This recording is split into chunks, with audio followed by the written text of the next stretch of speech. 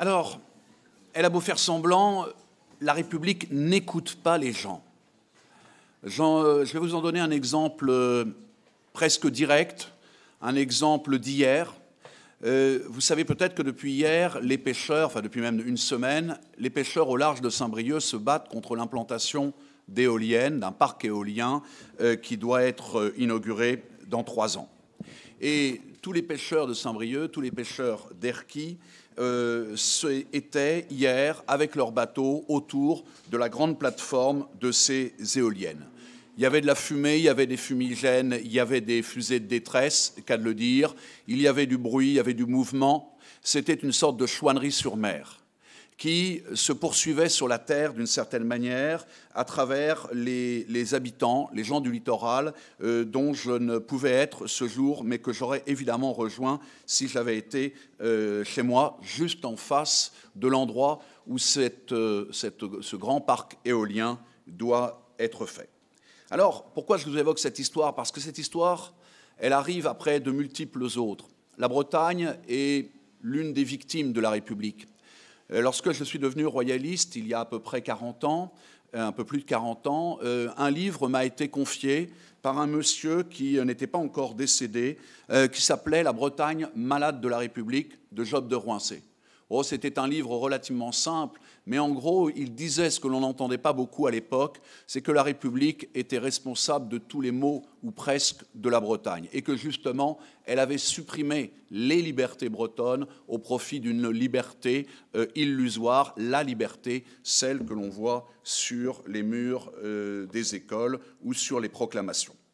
Cette affaire, après beaucoup d'autres, est l'illustration du mal républicain par excellence. La centralisation, le refus légal et politique des libertés concrètes quand elles vont à l'encontre des grands projets, on va dire capitalistiques dans ce cas-là, ou des grands projets voulus par l'État républicain, par un État qui est aujourd'hui autre chose que ce qu'il devrait être, qui n'est plus l'État régalien, qui n'est plus l'État royal, mais qui est un État envahissant, même s'il a perdu quelques plumes ces dernières années. Dans cette affaire, les pêcheurs étaient unanimes, les riverains aussi, qui s'inquiétaient autant des conséquences sur la biodiversité que sur l'altération des paysages marins, désormais condamnés après la terre, après le littoral, à être à leur tour bétonnés et défigurés. Quand ont eu lieu des consultations publiques il y a quelques années sur ce projet, une forte majorité des habitants ont dit non, nous ne voulons pas de ce parc éolien.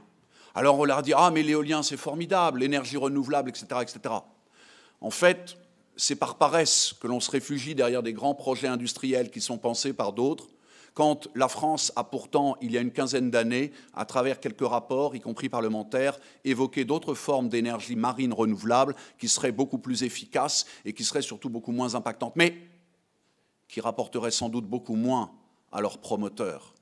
Et là est sans doute le problème, c'est que la République est aussi un régime qui a du mal à se séparer de ses origines et de l'argent. N'oublions pas que l'un des fondateurs, c'est Danton, un homme qui était tellement l'argent qu'il en a perdu la tête d'une certaine manière. La vertu de Danton était, comment dirais-je, une vertu qui n'était pas celle de Robespierre et qui n'était pas celle, je dirais, d'un homme d'État. Alors, l'État, lui, car c'est lui, c'est la République qui a entamé ce projet.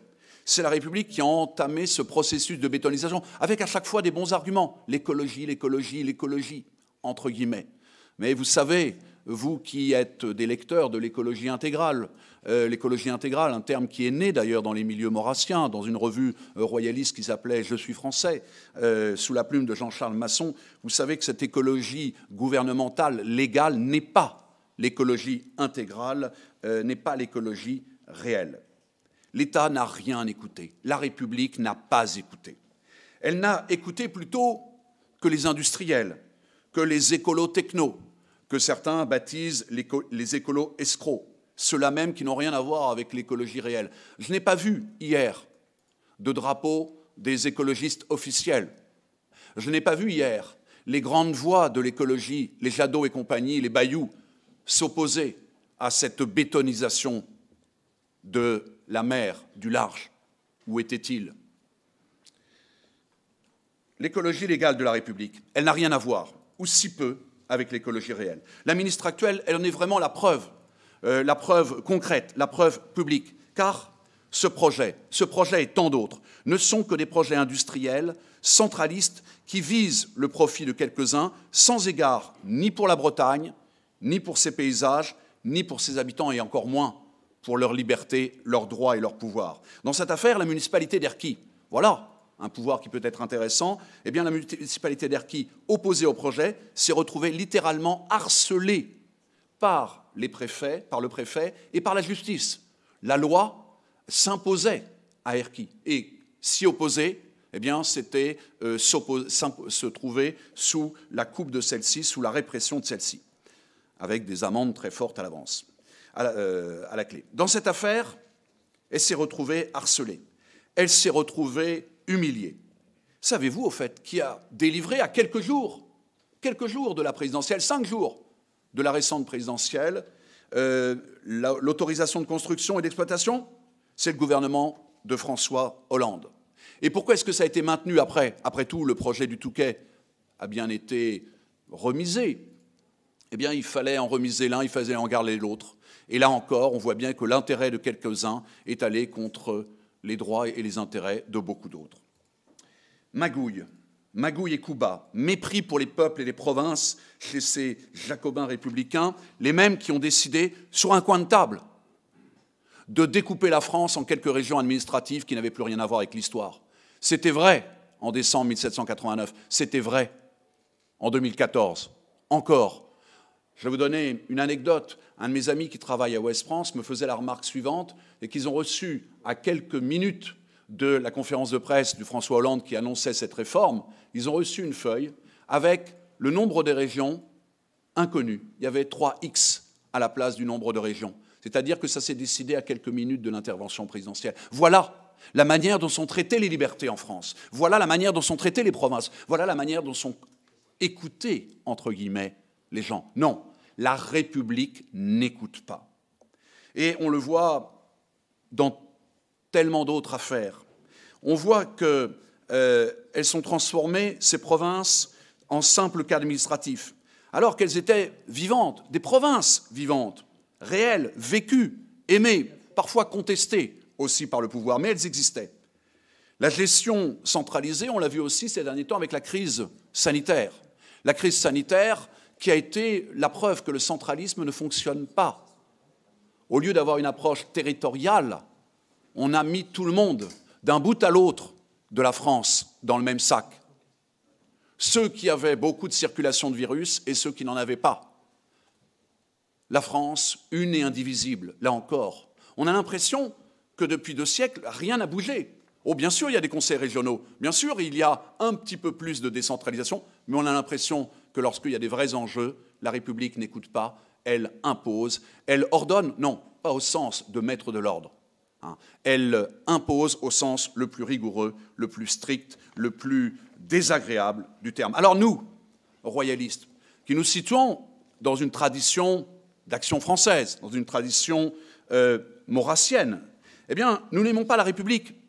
Non pas parce qu'elle ne nous aime pas en tant que royalistes, mais parce qu'elle n'aime pas la France et sa pluralité. Je préfère le terme de pluralité au terme de diversité. J'ai été très marqué par Braudel lorsqu'il disait « la France est plurielle ». Oui, la France est plurielle, et je trouve que ce beau terme de pluriel et de pluralité, ces beaux termes devraient être remis en avant quand on nous casse les pieds avec une diversité qui est devenue une nouvelle idéologie comme liberté, égalité, fraternité. Ce n'est peut-être pas un hasard que ça se termine d'une certaine manière aussi par un T sans E.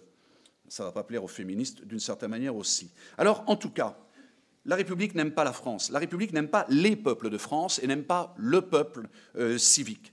Et elle n'aime pas les traditions, elle n'aime pas nos paysages. La République, elle n'aime pas cette France qu'elle n'a pas créée, à laquelle elle s'est imposée, à laquelle elle a voulu imposer un ordre des départements, à laquelle elle a voulu imposer un cadre rigide. Alors, attention, il y a parmi les républicains des amoureux de la France, j'en connais, même à gauche.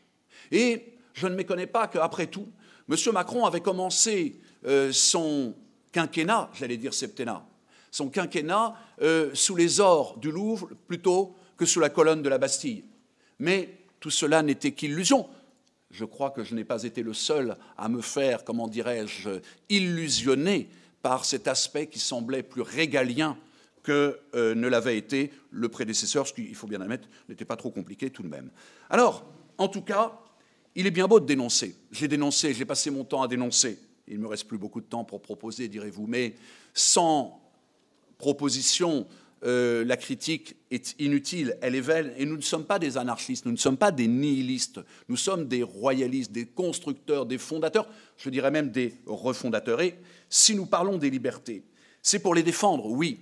Et nous en avons parlé pour non pas en prendre, en reprendre quelques-unes qui ont été prises par la République depuis plus de 2 siècles.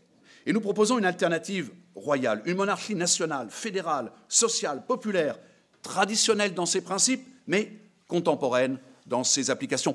Pays réel, reprendez-vous pouvoir, c'était l'une des campagnes d'il y a une trentaine d'années.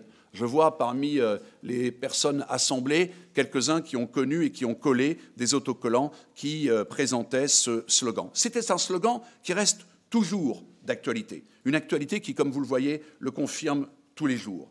On a vu, à travers les Gilets jaunes, une demande du pays réel, mais on a vu comment la République a tué cette chouannerie naissante quelque part. Elle l'a stérilisée. Il y avait une énergie folle parmi les Gilets jaunes. Je les ai suivis, je les ai soutenus, je les ai écoutés, j'y ai parlé, j'en suis encore quelques-uns. Et malheureusement, la République salit tout ce qu'elle touche, et la gauche, ou une certaine extrême gauche, a tendance à salir tout ce qu'elle touche, et malheureusement, ce n'a été qu'un feu de paille d'une certaine manière, même si certaines choses sont restées, en particulier la demande de liberté concrète. C'était une demande du pays réel, des pays réels. Regardez bien, ces Gilets jaunes au départ, c'était des gens qui travaillaient, ce n'étaient pas des chômeurs, ce n'étaient pas des glandeurs, c'était des gens qui travaillaient dans les communes rurales, c'était des petits commerces, c'était des artisans, des menuisiers, des plombiers, des électriciens. Je les ai vus, je les ai connus, je les ai côtoyés, peu de fonctionnaires. J'étais un des rares, et lorsque je me présentais comme professeur, on dit « Mais où êtes-vous les professeurs? Vous n'avez pas de liberté à défendre ?» Mais si, nous avons des libertés à défendre. Et elles sont bien mal défendues. Elles sont défendues par des syndicats qui ne pensent justement qu'en termes de république, d'idéologie, et maintenant d'idéologie inclusive. Alors, il nous faut savoir défendre les libertés, reprendre les libertés. Et, soyons clairs, si nous sommes royalistes, c'est parce que justement, nous ne sommes pas libertaires et nous ne sommes pas libéraux, quelque part. Et nous pensons que la monarchie royale, elle peut permettre l'établissement ou le rétablissement de ce qu'on appelait jadis les républiques de France. Il y a un royaliste qu'on est en train de retrouver, c'est Pierre de Bray.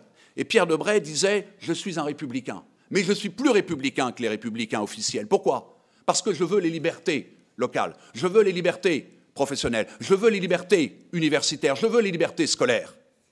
En ce sens, des libertés qui ne sont pas à créer, qui ont existé, mais qui ont été confisquées, qui ont été réprimées, qui ont été étouffées. Alors, n'oublions pas ce mot de Maurras, qu'il redit dans un livre qu'il faudrait sans doute relire et sans doute rééditer, Les Jarres de Biot. Je les ai relus encore hier et, tout comme notre belle aujourd'hui, le dernier Maurras me semble l'un des plus importants et l'un des moins connus. Et c'est bien dommage, parce que s'il y a bien quelqu'un qui rappelle que les libertés, c'est la monarchie, mais qui rappelle que la monarchie, c'est la fédération, qu'il dit, à un moment, la France intégrale, c'est la France fédérale. Il était nationaliste intégral. Il était pour une nation, France. Il était pour une France intégrale. Eh bien, il nous faut nous en souvenir. Je ne vais pas développer toutes ces libertés locales qu'il faudrait reprendre, mais il y en a tant, et vous le savez. Et les pêcheurs de Saint-Brieuc, les pêcheurs d'Erquy, ont bien compris que ce n'est pas la République qui pourra leur redonner ces libertés. Les lycéens, les étudiants, les professeurs aussi, qui sont aujourd'hui contraints à des mesures sanitaires parfois qui n'ont aucun sens, dans certains cas, eh bien, savent aussi qu'il faudrait reprendre de l'autonomie. Certains lycées les ont reprises, et c'est tant mieux. Au moment de la crise, lorsque la République a semblé ne répondre que par la fermeture, eh bien, on a eu la preuve que l'autonomie des lycées, les libertés lycéennes ou universitaires pouvaient être importante. Alors, et je vais terminer là, la France intégrale, c'est la France fédérale, c'est la France des républiques au pluriel, sans R majuscule, contre la République avec un R majuscule. Ce n'est pas l'anarchie des communautés, dressées les unes contre les autres, dans une éternelle lutte des ressentiments ou des individualismes, mais c'est bien la monarchie royale, la monarchie fédérative, ordonnatrice, arbitrale. Certains me poseront la question, est-ce donc une monarchie libertaire? Non, le terme est ambigu. Est-ce une monarchie libérale? Non plus. Ce terme n'est guère mieux que le précédent. Certains ont parlé de monarchie, entre guillemets, libertale.